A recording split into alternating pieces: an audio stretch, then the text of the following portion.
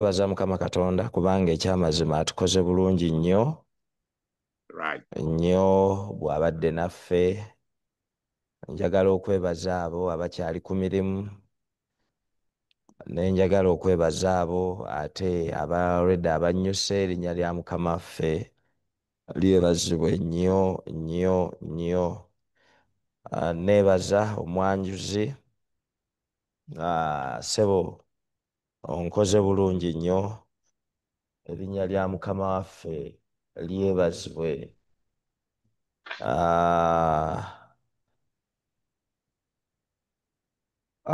Session eyokubiri n'esooka twabadde mu ssuula esooka.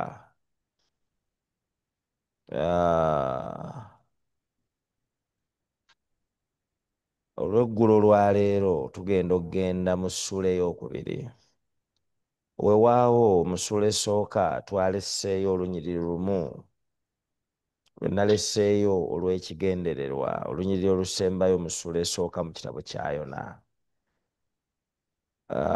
Batabadde naffe okuva ku makya, tuzze tutambulira mu kitabo kino ekya Yona, nga session ey'oku makya twalabye nga Katonda ayita Yona. Naye Yona twalabye ebizibu gye baali bamutuma eri mu kibuga Nineevu. Twalabye bwe twasomye mu kitabo kya Nnakku mu essula ey'okusatu ebizibu okuva ddala ku lunya olusooka mpaka ku lwokuna, ebizibu ebyaliyo nga tebimusobozesa ggendayo. Weewaawo bwe twagenze tuyiga ate twamulabye nga naye alimu ku mputtu, kubanga twalabye we twamalidde mu session eyokubiri nga Katonda ataddewo embeera Yona obuteeyongerayo kudduka kuva mu maaso ga Mukama Katonda. Naye Yona naye n'ateekawo embeera eŋŋenderere ey'obutadda mu maaso ga Mukama Katonda. N'asalawo bamusuule mu nnyanja, mu nnyanja liri lisemayanja, afe naye nga tagenze Mukama Katonda gy'amutumye.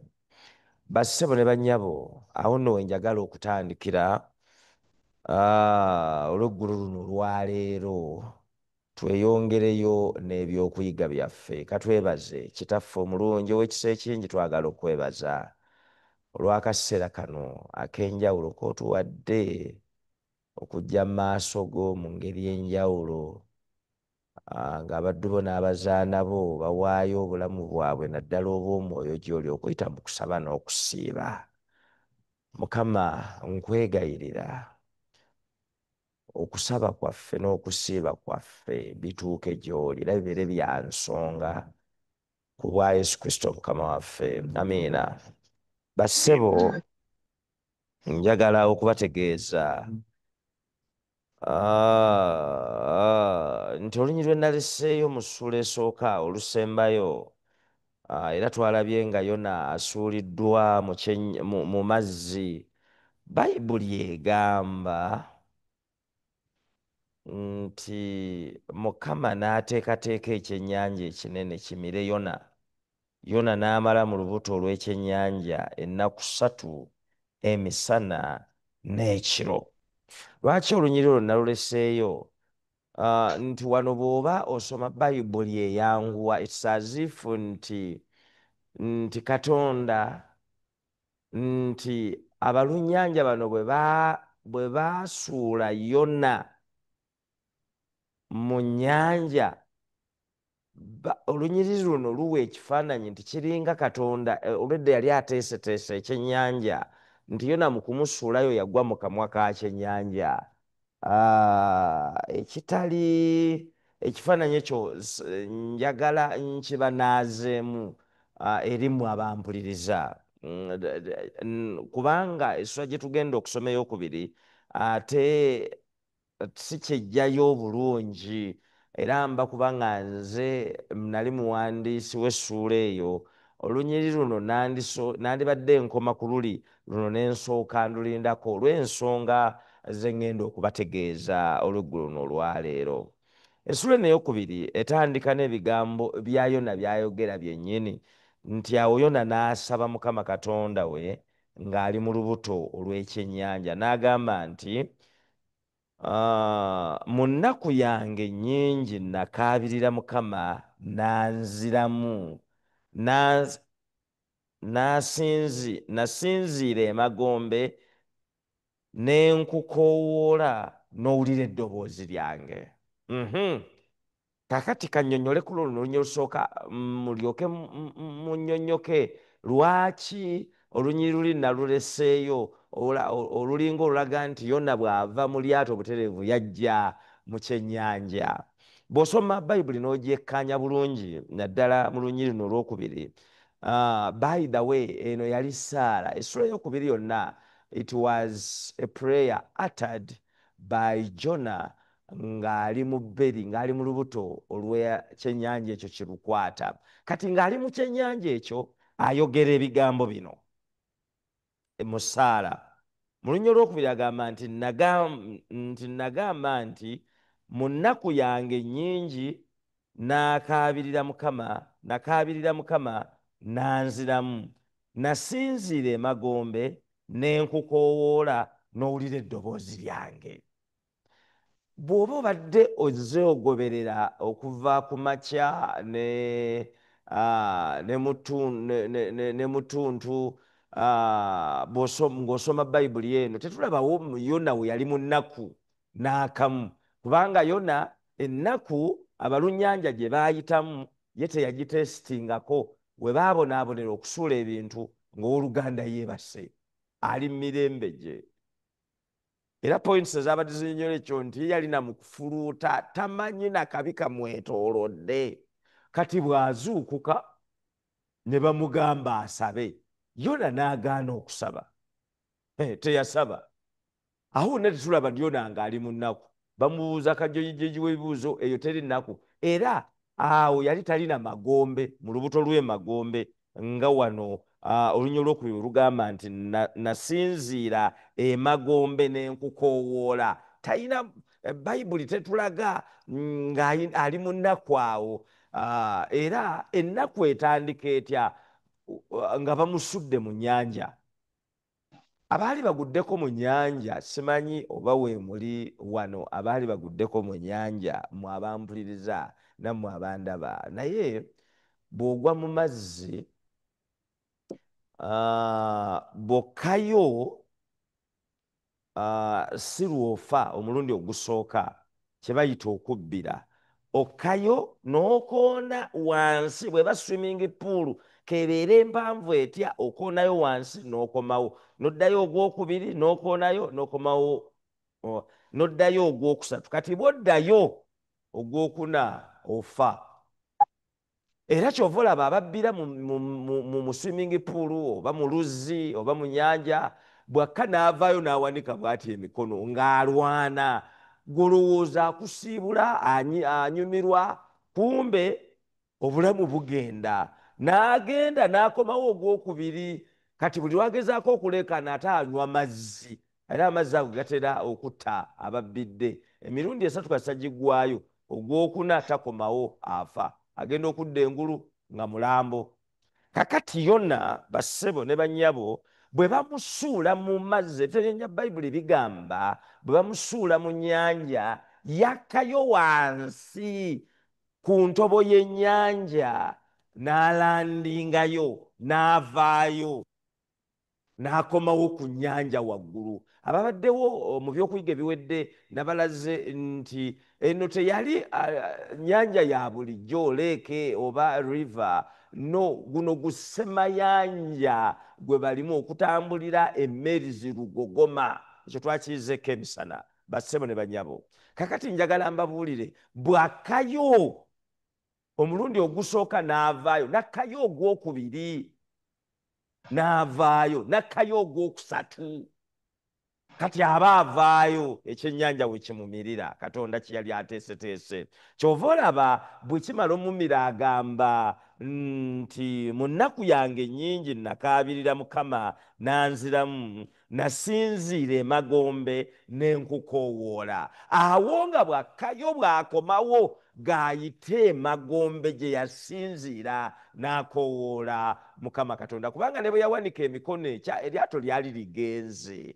Nga n'amayengo bwe gamukuba bwe gamuzze eno nga teri ayinza mutaasa wakati mu ssemayanja oyo omunene. Kyava agamba yali magombe nga tewaliiwo amuyamba. Okuyamba Katonda kwe yamuddamu kwe kuleeta ekyennyanja n'abeera mu kyennyanja. Olunya olwokusatu lugamba nti kubanga wansuula mu buziba wakati mu nnyanja. Ndowooza kati awo mutandise okitegeera. Mu ssaala ye mu bigambo bye kennyini agamba nti Katonda yamusuula mu buziba wakati mu nnyanja, amazzi ne ganneetooloola, amayengo go ag'amaanyi ne gampita kungulu. Buli yavangayo bw'ati ejjengo ne limukuba, neryo ne limuzza eri n'addayo wansi.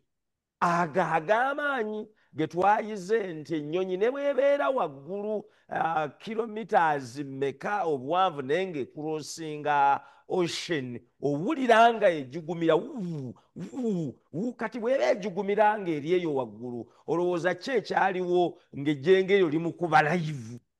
Musajja wattu limukuba ne limukanyuganga miles and miles, nakkayo wansi. Kyova olaba agamba nti kubanga wansuula mu buziba wakati mu nnyanja, amazzi ne ganneetooloola, amayengo go ag'amaanyi ne gampita kungulu. Mu lunya olwokuna agamba ng'asaba nti ne ndyoka njogera nti ngobeddwa mu maaso go, ddala ndiddamu nate okulaba yeekaalu yo entukuvu. Nsoma mwene enkyuseemu ekijjayo obulungi. Musajja wattu ng'asobeddwa eka ne mu kibira, talina we yeekwata. Bw'akkayo n'amanya nti taliddamu kulabikako ku maaso ga Mukama Katonda mu yeekaalu, kubanga ennyanja yali talina bwajewa, ndowooza teyalinaamu naka ati kawuga. Yalabira ddala ng'obulamu buweddewo. Ebyo abinyumya ali mu lubuto lwa kyennyanja. Mu lunya olwokutaano agamba nti amazzi gansaanikira ne gaagala okunsaanyaawo, obuziba bw'ennyanja bwanneetooloola, omuddo ogw'omu nnyanja nga gunneezingiridde ku mutwe gwange. Bwe yakka bw'ati ng'akomawo n'ebiddotto abyejjajjako bimwezingiridde eby'oku nnyanja, musajja wattu eyo tomation gye yayitamu agyogera ng'ali mu lubuto, egyo emirundi esatu gye yakkayo wansi nga bw'akomawo amayengo nga bwe gamukuba tekyali kyangu. Musajja wattu yona yali alowooza olunaagwayo mu nnyanja afe bigwe, naye Katonda yakkiriza ayite mu kutomentingibwa okwo bw'anaayiga. Olunya olw'omukaaga agamba nti nakka wansi, ensozi we zisibuka mu nsi, enzigi zaayo gye ziba ensibe ennaku zonna, naye gwe ayi Mukama Katonda wange onzigye mu bunya nga ndi mulamu. Ekyo kikulaga nti yona alikoolinga, ali mu lubuto lw'ekyennyanja, naye alikoolinga bye yayitamu. Agamba yakka wansi nti enzigi, yakka wansi ensozi gye zisibuka, kubanga eri ku nnyanja yakkayo ate mu nnyanja eri wansi ng'eriyo amayinja ge yakwatako, n'alaba ng'ensozi eyo gye ziva ate ne zambuka waggulu. Byalaba byali bingi, byayitamu byali bingi. Mu kubonaabona okwo ye kwe yali yeesaliddewo nti kaafe. Agamba nti bwe nawuliranga obulamu bunzigwamu ne njijukira Mukama, n'okusaba kwange ne kutuuka gy'oli mu yeekaalu yo entukuvu. Njagala nkubuulire, buli lw'okola ensobi, gwampuliriza era ndaba, buli lwe tukola ensobi ne tuva mu maaso ga Mukama, kubanga yona yava maaso ga Mukama n'agenda n'adduka maaso ga Mukama, era n'abalunnyanja baamugamba kiki kino ky'okoze gwe okudduka maaso ga Mukama Katondawo. Naye buli lwe tuva mu maaso ga Mukama Katonda, njagala nkubulira obulamu bwaffe tebuyinza kusigala kye kimu, tetuyinza kuba na mirembe. Yonna yali amanyi agenda kufa, omulambo gubeere okwo ku nnyanja, ebyennyanja birye, teri aligulaba, tewaaliwo nearby lukalu, kwegamba ye ng'amanyi agenda kufa kijento. Kanjogere bwe ntyo. Naye njagala mbabuulire, Katonda ono gwe twakkiriza, Katonda eyatutonda, buli omu amuyinako enteekateeka, ate kasita omunyooma n'odduka mu maaso ge, bassebo ne bannyabo, yayina engeri nnyingi ez'okutushepingamu tudde mu layini. Naye engeri ezo teziba nnungi ebiseera ebimu, oba ebisinga obungi oli awo. Tuva tutya mu maaso ga Mukama, tudduka tutya mu maaso ga Mukama Katonda? Tudduka mu maaso ga Mukama Katonda okuyita mu ngeri nga bbiri enkulu. Esookera ddala kwe kudduka mu maaso ga Mukama Katonda ne tugaana okukola omulimu gwe. Ng'owooluganda Jona ekyamuddusa mu maaso ga Mukama Katonda ng'agaanye kukola mulimu gwa Mukama Katonda. Period. Bangi ku ffe oba oli awo abamu tudduka mu maaso ga Mukama Katonda nga tudduse buweereza. Twayize nti ekyatuyisa okuva mu nsi, okuva eri ebweru gye twali ne tujja mu kkanisa eyo ne tubatizibwa, kuteekebwateekebwa, kubuulira njiri, kuleeta balala mu kisibo. Ne bwe twatuuka mu kkanisa ffe ne tutuula tulinda kudda kwa Mukama waffe Yesu Kristo. Bwe twatuuka mu kkanisa ne tugaana okukola omulimu gwa Mukama Katonda, okwo kudduka kuva mu maaso ga Katonda, kubanga eriyo abantu bangi abeetaaga okubuulira ekigambo kya Katonda, bave mu kufa, bajje bateekebweteekebwe olw'obwakabaka bwa Katonda obugenda okujja. Ekyennaku nze naawe tetukoze kusuubirwamu eri Katonda waffe eyatuyita n'atukwipinga, n'atuwa okuyiga ekigambo, n'atuwa n'ebikozesebwa, naye ne batuyita okukola omulimu gwa Mukama Katonda ne tugaana.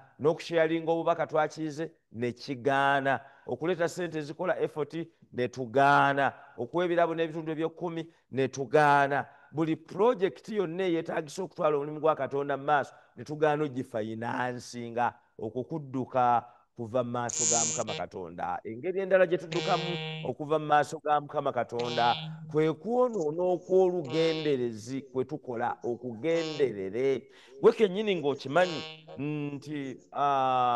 nti Bayibuli eyogerera ddala lunywe nti omukristaayo abeera n'omukazi omu, naye nze n'ensalawo ngatteko owookubiri, ngatteko n'owookusatu. Ng'amateeka ga Katonda tugamanyi bulungi, okutambulira mu makubo ag'obutuukirivu, naye nze n'ensalawo okuleka okutambulira mu makubo ag'obutuukirivu n'enkwata amakubo amalala, n'enkola ebiri contrary to the Bible, naye nga nsigadde neeyita mukulisitaayo. Sivudde mu kkanisa kugenda mu nzikiriza ndala, sigenze n'ensiraamuka, naye n'ensigala nga neeyita omukulisitaayo, naye ng'ebikolwa byange tewaliwo kiragana kimu bukulisitaayo bwange. Okuleka okujja oba olumu ne ntuulako mu yeekaalu ya Mukama Katonda, okwo kudduka kuva mu maaso ga Mukama Katonda. Kaakati njagala nze naawe tuwulirize obubaka buno. Buli lwe tudduka okuva mu maaso ga Mukama Katonda, Katonda ye olw'okuba tuli baana be tayinza kumala gatuleka ne tudduka paala bwe tutyo. Toyinza kulaba mwana ng'adduka eri obubi, gwe ky'omanya akabira adduka mwagenda, avudde awo akadduka agenda apaala, akabira k'omanya akalimu engo n'ogamba kagende y'anaamanya yenneemulya. Toyinza muleka n'agenda mu kabira. Toyinza kulaba mwana wo ng'adduka asala ekkubo. Kati nga mpulidde Mwanjula Nteberodi, mumanyi bulungi ekkanisa ya Najjanankumbi weeri, ng'afuluma olujja lw'ekkanisa, naye ng'adduka mu bambaalo asala ekkubo ng'ekkubo lyagenda okusalina erya Ntebe Road, sayidi eno egenda Entebbe, it's a dual carriage, double lane, etwala emmotoka bbiri n'obubooda ate bw'amala okubuuka atadde eri nalyo eridde e Kampala litwala emmotoka bbiri sipiidi n'obubooda naye omwana ya omuleka adduke. Omuzadde ovunaanyizibwa agoba omwana oyo n'akozesa ekyetaagisa kyonna okulaba nga tayingira mu kabira kali mu limungo, kubanga ejja mulya omwana tumufiirwe, naye ate muzadde yajja okukaaba ennyo eyeetikka omwana oyo emyezi 9 aba amuyinamu fyuca ye, aba amanyi gy'alaga, tajja muleka kusala kkubo. Kati asala amagezi gonna ageetaagisa, n'adduka n'amugoba. Bw'alaba ng'ayagala musinga sipiidi amukuba engwala, omwana n'agwa ne yeevulunga. Waakiri omwana abeera n'ebinuubule naye nga taliiriddwangu, waakiri abeera n'ebinuubule naye nga tagenze kukoonebwa mu mmotoka zidduka high speed ku kkubo kumukoona kugenda mu ddwaliro oba kumenyeka oba nakufa. Munsaasire okuleeta ekyokulabirako ekyo nga ngezesa Katonda ffe omuggulu ku bulamu buno obw'ensi. Katonda toyinza kudduka kuva waali n'akuleka n'ogenda oyaayaana ozikirire. Katonda ateekawo embeera ekulemesa okutuuka mu kabira kali akalimu engo egenda okulya. Yona Katonda yakimanya nti Yona agenda kuzikirira. Ebyo bye yakoze bye twalabye mu ssuula esooka si bujeemu bwokka okugaana omutenguwa, naye Yona n'ekikolwa kyennyini kye yagaana okusinza Katonda mu lwatu, ekyo kyali kimumala okuzikirira. Ekikolwa ekirala eky'obutemu kye yakola okumenya etteeka lya Katonda nti tottanga, ye ate n'asalawo yette n'ayigiriza n'abalala okutta, ekyo nakyo kyali kimumala okuzikirira. Kati Katonda ateekawo embeera, bw'agwa mu nnyanja n'amuteekawo embeera omumuteeka mu ssomero mu University of Understanding amuyigirize. Eyo tomation gye yayitamu nga bw'akka bw'avaayo, bw'akka bw'amira n'avaayo, yeemuvaako okwogera ebigambo bino nti nakomako mu lubuto lw'emagombe, nga ndi mu lubuto lw'emagombe, agamba nalaba ensozi gye zisibuka, agamba nalaba ng'obulamu bukoze eki, buweddewo. Nze naawe bwe tugaana, Katonda ayinza okututwala mu ttendekero eryo. Njagala nkubulire, omuntu abbira tekimutwalira lunaku lulamba mbu agenda n'amalayo essaawa n'avaayo n'akomawo n'addayo, kwegamba nti exercise etwala oba afedde oba anaawa. Never.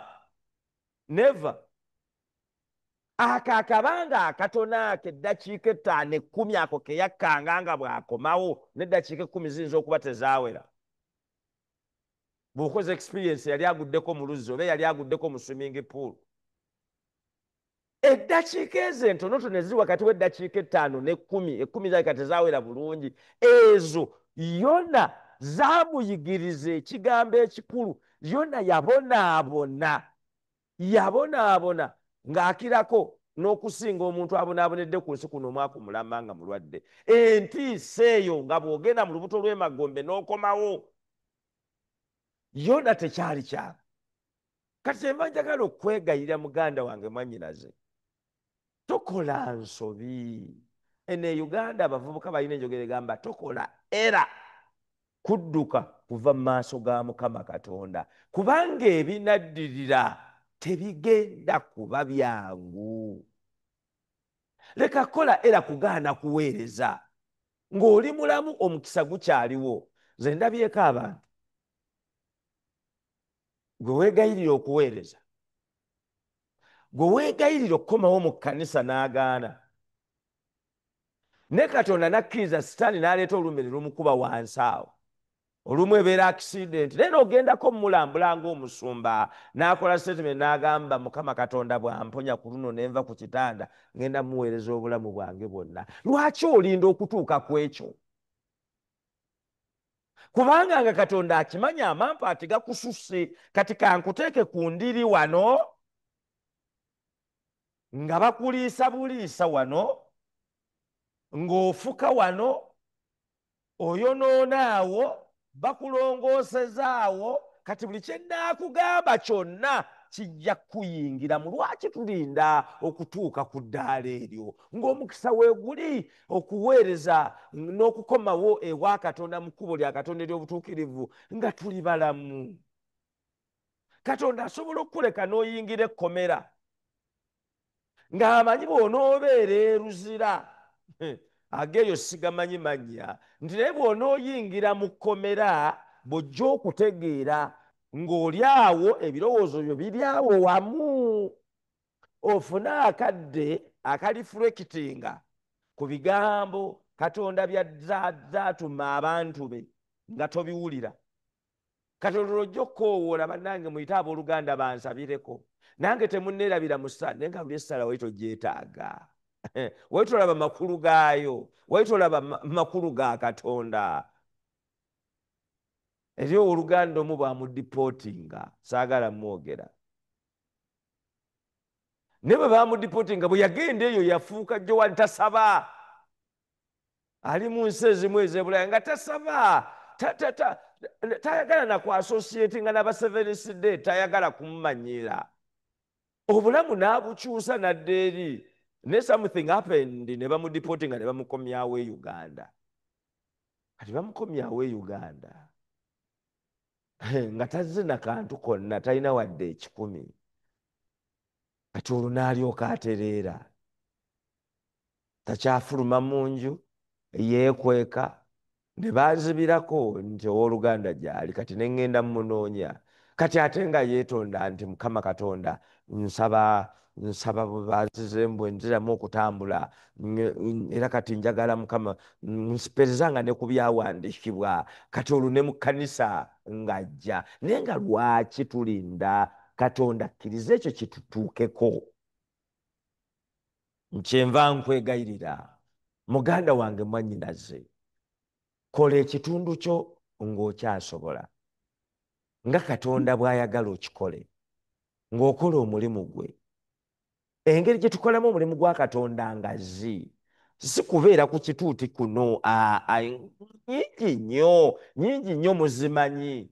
Tuweereze Mukama Katonda. Ekirala tufube as much as possible okutambulira mu makubo gaago obutuukirivu, kubanga tulambikibwa mu byawandiikibwa bibitukuvu engeri gye tulyamu, gye tulina okulyamu, engeri gye tulina okutunulamu, engeri gye tulina okutambulamu, engeri gye tulina okwogera, bigambo ki omukulisaayo by'alina okwogera. Ne buli lw'odiviatinga n'ova ku nkola za Katonda, you are running away from his presence. Era tajja kukkiriza, kubanga oli mwana we yakutonda mu kifaananyi kye, agenda kukulemerako nga bwe yalemera ku Yona. Ne Yona kye yayitamu nga Katonda amulemeddeko si kyangu. Gwe kankubuulire, gw'oba okiyita kya muzannyo. Bayibuli wali olunyiriri olwabadde luggalawo essuula esooka, lwagambye nti nno ekyennyanja ne kimumira, Katonda ng'ategese ekyennyanja ne kimumira, n'amala mu tulo ekyennyanja ennaku 3 emisana n'ekiro. Gwe tumanyi kye kitegeeza kumala mu kyennyanja nnaku 3 ng'oggyeko okutomentingibwa kuli okw'okubbira, saako aquatic animals ag'ennyanja n'agasotasota aganene ge yasanga ng'eyo n'agakwatako gaagala omuluma, gaagala omulya. Entiisa eyo yokka gye yayitamu, naye ng'ate tasuubirayo kuddangulwa kufa. Eyo entiisa yali y'amaanyi. Naye ne bwe yayingira mu kyennyanja eyo gy'ayogerera ebigambo ebyo, ali eyo kankubuulire, gwe wali olabye ekyennyanja ekiriko eddirisa, nti mu nnaku ezo 3 yaggulangawo ku ddirisa n'alingizaako ebiri ebweru ng'ekyennyanja kizze. Ekyennyanja bwe kyabeeranga ku top of the water, n'aggulawo kaddirisa n'alaba ku biri ebweru. Oba wali olabye ekyennyanja ekiriko akamooli? Abantu abaali basibiddwako mu makomera, ekkomera teribeerako ddirisa mpozzi ageeyo ewammwe naye eno gye tuwangaalira eno gye mwava ekkomera teribeerako ddirisa ekkomera libeerako kamooli nga kattini bwe kati ate kabani waggulu nga kayingizaamu okisigeni mubale naye ng'akaduukulu mukalimu abantu nga 10 ng'ate mu kaduukulu omwo mwe muli n'ekidoli kakati bwe bakola pupu ne bakola susu oyo carbon monoxide ate n'akendeeza ku amawunti y'okusigeni gwe muyina okugabana kati bye bibeera mu kkomera ne mubeera eyo ekisusu nga tekitegeerekeka kati ekkomera ddyo kalekaleko kubanga wabaawo akatuli akayingiza ku mpewo ate onyumyanyumyako ne munno naye ono yali mu kyennyanja ennaku 3 emisana n'ekiro talina waafuna okisigeni talya bayibuli tetulaga nti mu kyennyanja katonda yamuweerangamu emmere ennaku 3 emisana n'ekiro talya tamanyi oba kati buli ku makya oba kati buli misana oba kati kiro oba gwaka oba enkuba etonnya ali mu kyennyanja tamanyi gye kiraga eyo nayo eyo gy'ayogerera eyo nti ayi mukama n'asaba nzaala nja kuddamu mukama bino mbadde mu lubuto lw'emagombe mukama ndabye ensozi gye zisoboka mukama endago zanneetooloola mukama mazzi ganneetooloola byonna nalaba nga mpeddewo abyogera ali mu lubuto lwa kyennyanja naye nga tamanyi biddako ennaku 3 emisana n'ekiro talya tanywa simanyi oba sisitimu katonda yagiggala oba yakoleranga omususu oba yakoleranga omupupu simanyi oba wano ate yali amaze ebbanga nga yebase kati simanyi ndowooza ne bye yali akola susu ne bye yali pupu kubanga ennaku 3 yali talya basaba ne banyabo ebyennyanja ebyo ebinene kino kiwulirize bwe kimira ekintu mu lubuto tekirina gwenda gunene gubeeraawo nga gugaaya small intestine ne gusindika mu large intestine bwe kiteekayo ekintu omubiri gulirizinga asidi n'ayokya ekyo ekiri mu lubuto bw'akyokya ne kigenda nga kisaanawo asidi oyo ne kivundira olwo mu lubuto kati yona ali mu lubuto lw'ekyennyanja ekyennyanja gyakoma okubeerawo nga kiririzinga asidi amwokya nga kiririzinga asidi amwokya era ebitabo bya bayibuli bigamba nti yona agenda okufuluma ekyennyanja ng'alina sikini eri bulikiti bakozesa ekigambo bulikiti lwaki yona yayina obudde obwenenya teyabukozesa abakulisaayo katonda atuwadde grace period twenenye tuve mu ebyo bye tukola ebyekyejo naye tugaanye ogikozesa omusajja oli omugoba w'ekyombo waakoonera ku yona n'amugamba yimuka osabe yona yandibadde amanya obuzibu buze kubanga yalaba n'eryato olugogoma nga kkalu emaali yonna kubanga y'omu yona ku baasembayo okulinnya eryato nga bamaze dirodinga full to its capacity naye yalaba eryato nga kkalu omuyaga gulize eno ligenze eno buli omu yeeralikiridde addayo kufa yona n'agaana okusaba n'agaana okwenenya those were red flags ezimulaga nti kyeyaliko kyali kikyamu naye oluganda n'agaana okuddirira n'amalirira nti nze bansuule mu nnyanja banne ne bagaana ne bagezaako okukwata niyabayi lukalu ennyanja neeyongera okufuukuuka another red flag naye yona n'agaana adamant n'agaana okwenenya n'agaana okwekuba mu kifuba ebyamuviirako byebyo kubbira kutuuka mu lubuto lw'emagombe kati ali mu kyennyanja ennaku 3 kati gy'ayogerera ebigambo okwenenya kwaliwo naye basaba ne bannyabo mu linnya olw'omwenda olunya olw'omunaana agamba nti nti abo abassa omwoyo ku by'obulimba ebitaliimu beefiiriza kusaasirwa kwa Katonda okubalindiridde. Bayibuli yakyusa bulungi nti abo abassa omwoyo ku by'obulimba ebitaliimu beefiiriza okusaasirwa kwa Katonda okubalindiridde.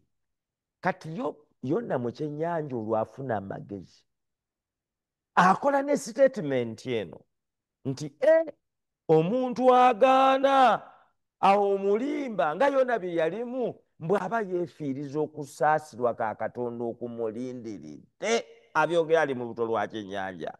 Saagala oyogere such statement ng'oli mu mbeera mbi. Katonda jakkiriza akuteekemu olw'obujeemu.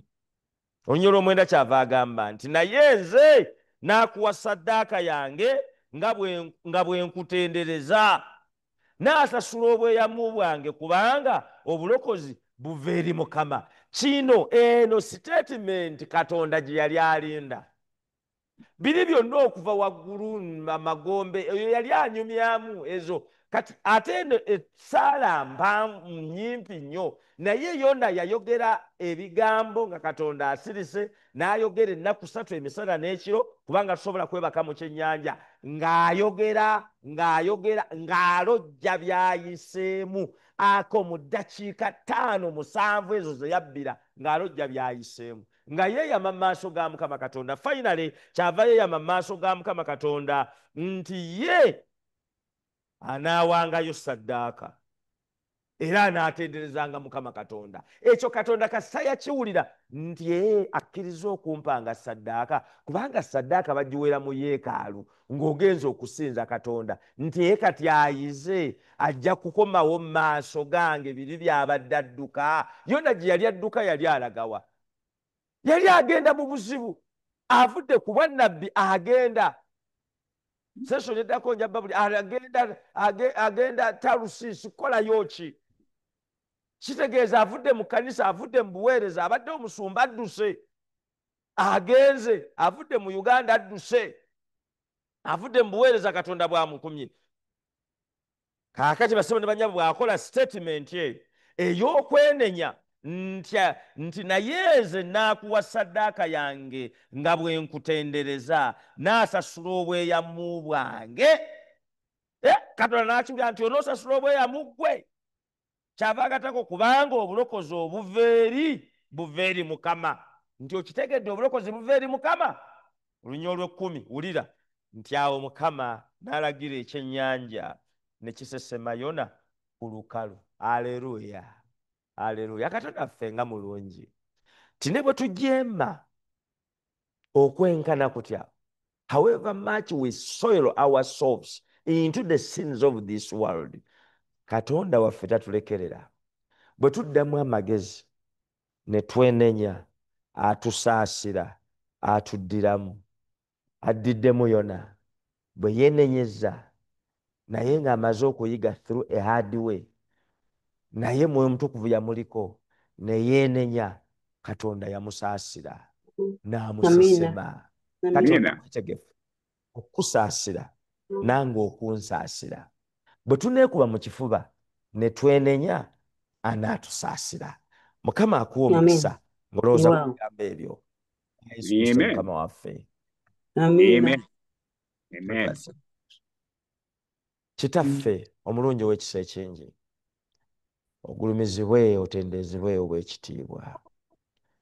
Twagala okwebaza bw'atutonda mu kifaananyi kyo, nga n'ekigendererwa ekikulu otukozese mu nnimiro yo Mukama, nga tuli bakkowakaazi bo. N'emirundi egimu be gisinga obungi Mukama ekyatutonderwa si kye tukola. Twenyikidde nnyo mu byaffe ne famire zaffe, ne tuva ku kigendererwa ekyokunoonya abantu abo abagenda okuzikirira. Mukama tusaasire. Olumu oleeta warnings ne tutafaayo ne tutazuulira nga ze waleeta eri Yona. Mukama mpaka lw'onyumyula ku nnatti n'oggyayo enjala, olumu lwe tutegeera. Yona olwo lwe yategeera. Mukama tuzze mu maaso go nga tukusaba nga tukwegayirira Mwoyo Omutukuvu atukyalire bwe tubaako mu ngeri emu gye tubadde tudduka okuva mu maaso go atukomyewo ng'embeera embi eyatuuka kuyona tennatutuukako. Njagala owo omukisa abaana bo n'abazaana bo bano abawaddeyo obudde buno okujja mu maaso go mu ngeri enjawulo mu kusaba n'okusiiba. Buli omu omanye omutima gwe biyaayaana okufuna, nkwegayirira bimuwe, naye ekisinga obukulu zimba obulamu bwaffe obw'omwoyo tuteekebweteekebwe otuuse mu bwakabaka bw'obugenda okujja ku bwa Yesu Kristo Mukama waffe. Amiina.